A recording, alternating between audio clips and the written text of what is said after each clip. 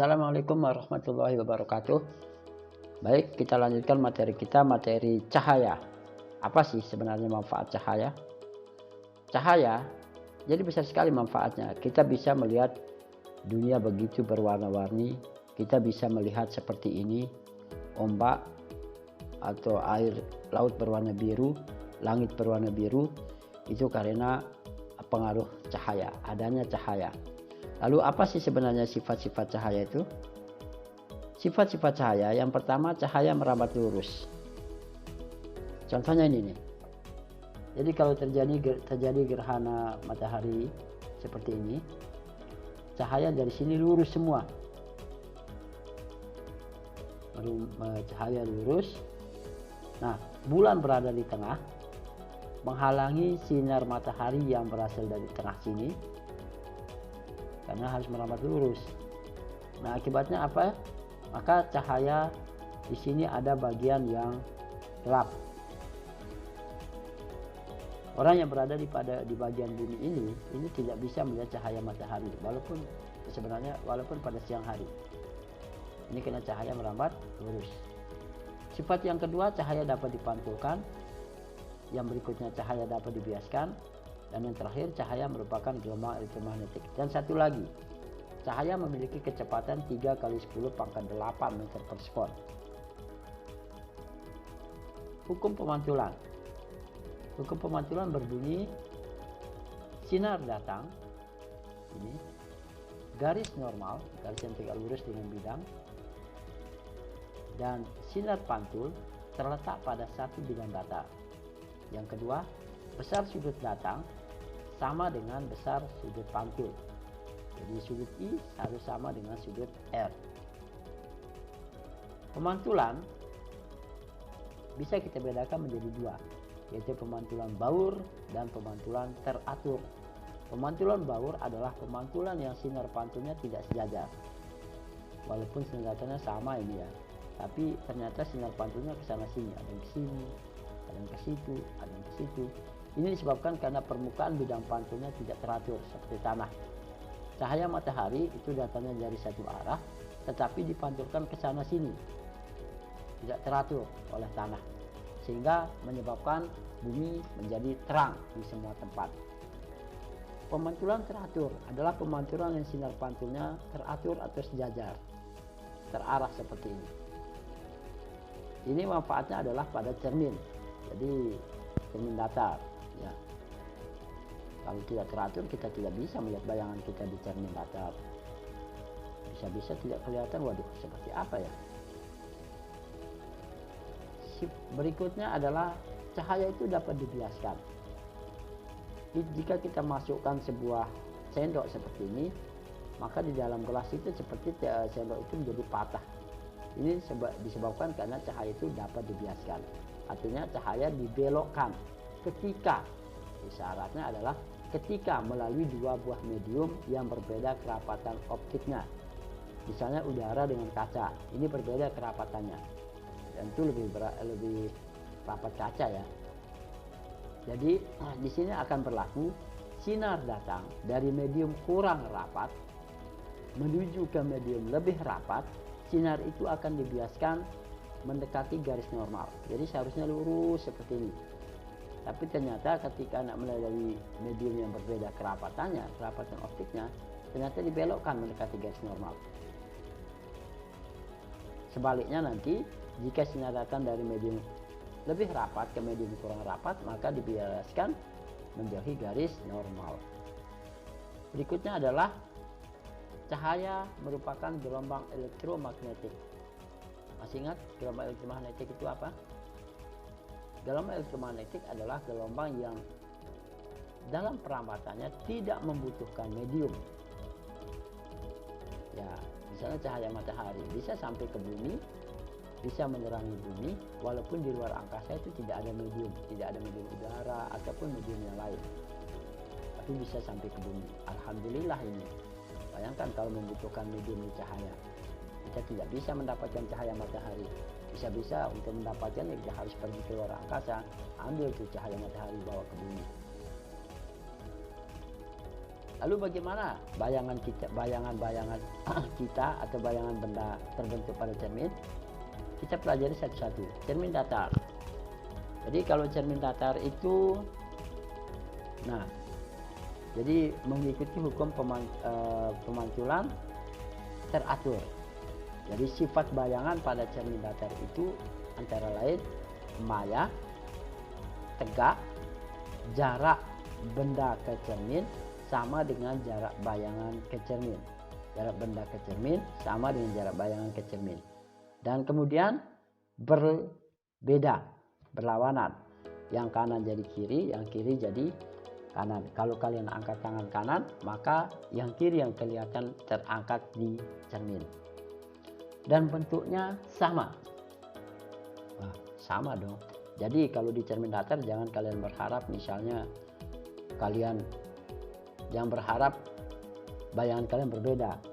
Jangan berharap ketika berdiri di depan cermin datar malah wajah kalian yang muncul misalnya Aliando gitu. Enggak mungkin lah. Berikutnya adalah cermin cekung. Nah, ini contoh cermin cekung. Cermin cekung itu adalah cermin yang bagian dalamnya itu lebih tipis dibandingkan dengan bagian luarnya, seperti bagian dalam sendok. Nah, untuk melukiskan pembentukan bayangan pada cermin cekung, kita menggunakan 3 sinar istimewa. Sambil buka buku, kita lihat ini. Sinar datang melalui titik fokus akan dipantulkan sejajar sumbu utama. Berikutnya, sinar datang sejajar sumbu utama dipantulkan melalui titik fokus. Berikutnya, sinar datang melalui titik pusat kelengkungan cermin, maka akan dipantulkan kembali melewati atau melalui titik itu juga. Contohnya begini.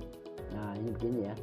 Jadi ketika kita menggunakan untuk melukiskan pembentukan bayangan, maka kita harus menggunakan 2 di antara 3 sinar istimewa ini. Ini benda ya, ini benda terletak di antara titik fokus dan 2 kali F atau 2 kali jarak fokus menggunakan sinar istimewa keberapa nih? Ya, sinar istimewa kedua dan pertama dan kedua. Ini sehingga pertemuannya nanti adalah ini. Pertemuan 2 garis sinar pantul ini merupakan puncak dari bayangan. Sifatnya seperti ini, terbalik, nyata, dan diperbesar. Tapi berbeda nanti bentuk bayangannya, sifat bayangannya ketika benda berada pada tempat atau ruang yang lain. Rumus yang digunakan pada cermin cekung, nah ini 1/F sama dengan 1/S ditambah 1/S aksen, di mana F itu adalah jarak fokus, S jarak benda ke cermin, dan S aksen jarak bayangan ke cermin. Dan bagaimana perbesarannya, apakah benda itu akan diperbesar atau diperkecil? Maka rumusnya seperti ini, M sama dengan H aksen per H sama dengan mutlak S aksen per S.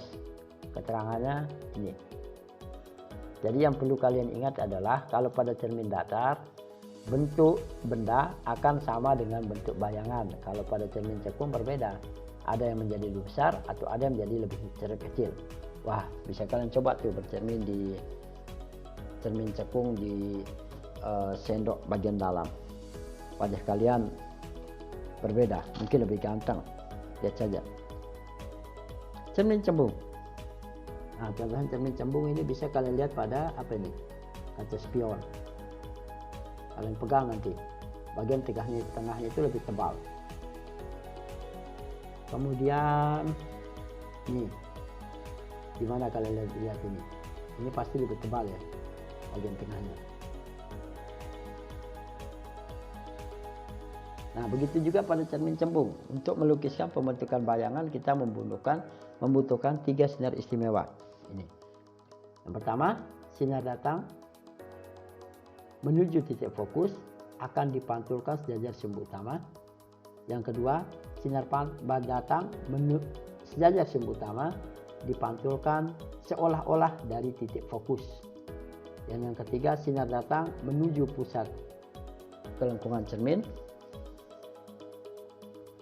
maka akan dipantulkan seolah-olah dari titik itu juga. Nah, aplikasinya seperti ini. Ya, kalian perhatikan. Pantulkan, diteruskan, maka akan terbentuk bayangan ini. Bayangan pada cermin cembung yang dibentuk oleh cermin cembung itu sama, maya, tegak, dan diperkecil. Lensa berbeda dengan cermin. Kalau cermin menggunakan hukum pemantulan, kalau lensa menggunakan hukum pembiasaan, menggunakan sifat pembiasaan cahaya. Lensa dapat kita bedakan menjadi dua, lensa cembung dan lensa cekung. Lensa cembung, ini bentuknya nih, kecil sekali, cembung. Contohnya gimana?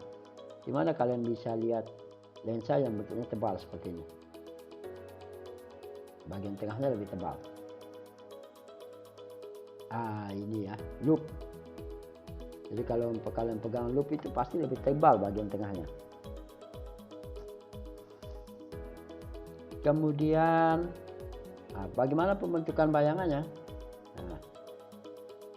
Tetap menggunakan 3 sinar istimewa. Jadi sinar istimewa pada cermin cekung, cermin cembung, lensa cembung, dan lensa cekung itu berbeda-beda. Kita bahas. Pada lensa cembung, karena menggunakan pembiasan, sinar datang sejajar sumbu utama dibiaskan atau dibelokkan menuju titik fokus. Yang kedua, sinar datang menuju titik fokus dibiaskan sejajar sumbu utama. Dan yang ketiga, sinar datang melalui titik pusat lensa maka akan diteruskan, tidak dibiaskan. Jika kita menggunakan sinar, kali ini sinar istimewa keberapa? Sinar istimewa ini ya, dan ini ya. Nah, sehingga perpotongan sinar biasnya merupakan puncak dari bayangan, sehingga bisa kalian lihat gimana, apa sifatnya. Nyata, diperkecil ya, diperkecil dan terbalik. Ya, silahkan diamati. Lensa cekung juga sebaliknya nih. Bagian tengahnya lebih tipis, bagian pinggir lebih tebal. Gimana kalian pernah lihat lensa cekung? Nah, lensa cekung itu biasa digunakan pada kacamata, atau biasa kita kacamata kita kenal dengan kacamata minus.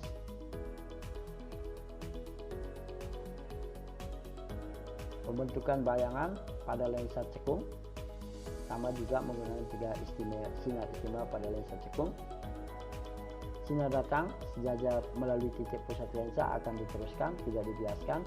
Sinar datang menuju titik fokus akan dibiaskan sejajar sumbu utama. Sinar datang sejajar sumbu utama dibiaskan seolah-olah dari titik fokus. Bagaimana pembentukan bayangannya? Ya, ini menggunakan sinar istimewa yang mana nih?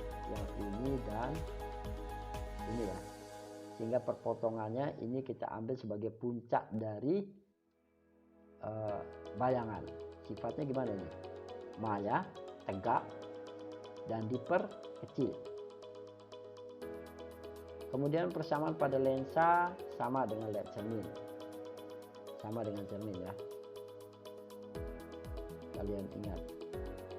Tapi ada yang berbeda satu nih. Ada yang disebut dengan daya lensa. D sama dengan 1/F. Dengan catatan nanti F jadi harus dalam meter kalau F ya. Kalau sentimeter nanti pakai 100. Nah, D ini nanti yang menentukan kekuatan lensa, atau kita biasa melihat kalau orang pakai kacamata berapa sih minusnya, berapa sih plusnya, ini pakai hitungnya seperti ini. Nanti kita akan bahas. Oke, itu saja materi cahaya pada kesempatan ini. Semoga semua paham dan selamat belajar.